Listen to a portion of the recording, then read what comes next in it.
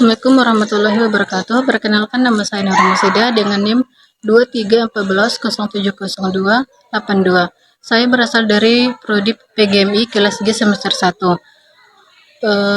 Video ini saya buat untuk memenuhi syarat UTS dari mata kuliah Ilmu Pengetahuan Sosial di bawah bimbingan Ibu Anissa Karisma SPDI MPD.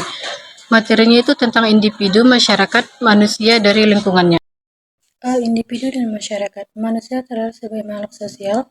Kenyataan tersebut menyebabkan manusia tidak akan dapat hidup normal tanpa adanya interaksi kepada manusia lain.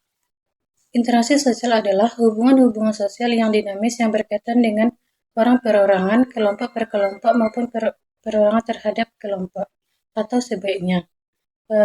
Terdapat 3 bentuk interaksi sosial. Yang pertama yaitu bentuk interaksi sosial asosiatif, yaitu yang pertama itu kerjasama.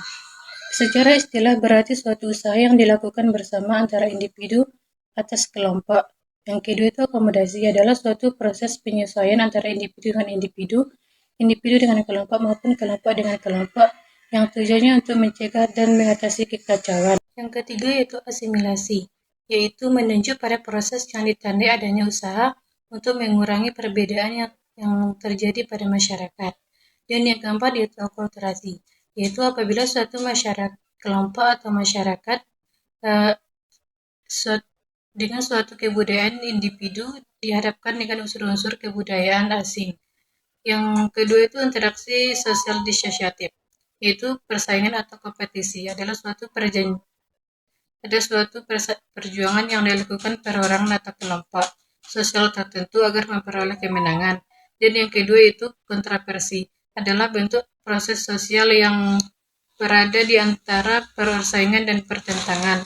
Wujud kontroversi adalah sikap baik dan secara tersembunyi maupun terang-terangan. Konflik, proses sosial antara perorangan atau kelompok masyarakat tertentu akibat adanya perbedaan paham dan kepentingan yang sangat mendasar, sehingga menimbulkan adanya semacam gap yang mengganjal.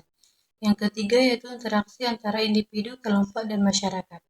Dalam sosiologi, interaksi dipahami sebagai proses yang mungkin tidak sengaja atau direncanakan, berulang dan terjadi secara teratur. Interaksi juga disebut melibatkan 2 orang atau lebih. Yang kedua yaitu B, manusia dan lingkungannya. 1. Fenomena fisik lingkungan alam.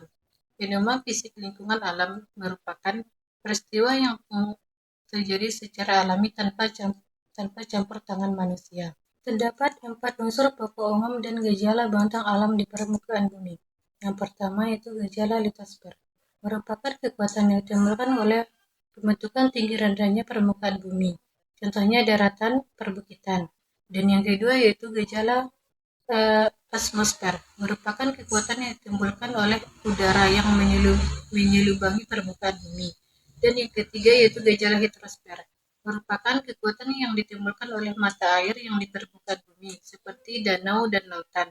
Dan yang keempat yaitu gejala hidrosfer, merupakan kekuatan yang ditimbulkan oleh makhluk hidup, contohnya itu flora dan fauna. 2. Fenomena manusia lingkungan sosial. Interaksi manusia dengan lingkungan sosial mencakup budaya, agama, dan ekonomi, di mana interaksi tersebut mengakibatkan berbagai macam terhadap lingkungan manusia. Adapun interaksi sosial terbagi ke dalam 3 bentuk. Yang pertama yaitu interaksi individu dengan individu, yang kedua itu interaksi individu dengan kelompok, dan yang ketiga itu interaksi kelompok dengan kelompok. Yang ketiga yaitu tentang kemajemukan suku, ras, agama, dan etnis di Indonesia, yaitu terdapat menjadi 3. Yang pertama yaitu kemajemukan etnis, adalah sejumlah orang atau penduduk yang memiliki ciri-ciri biologis. Yang kedua yaitu kemajemukan ras, yaitu membahas tentang perbedaan manusia berdasarkan kategori atau karakteristik warna kulit dan bentuk muka. Yang ketiga yaitu kemajemukan agama. Dan pembahasan yang terakhir yaitu tentang rancangan pembangunan nasional di Indonesia, yaitu membahas sistem perencanaan pembangunan nasional adalah suatu kesatuan yang terdapat pada perundang-undangan. Baiklah, hanya itu materi yang dapat saya sampaikan. Jika ada salah, saya mohon maaf. Saya akhiri dengan Assalamualaikum warahmatullahi wabarakatuh.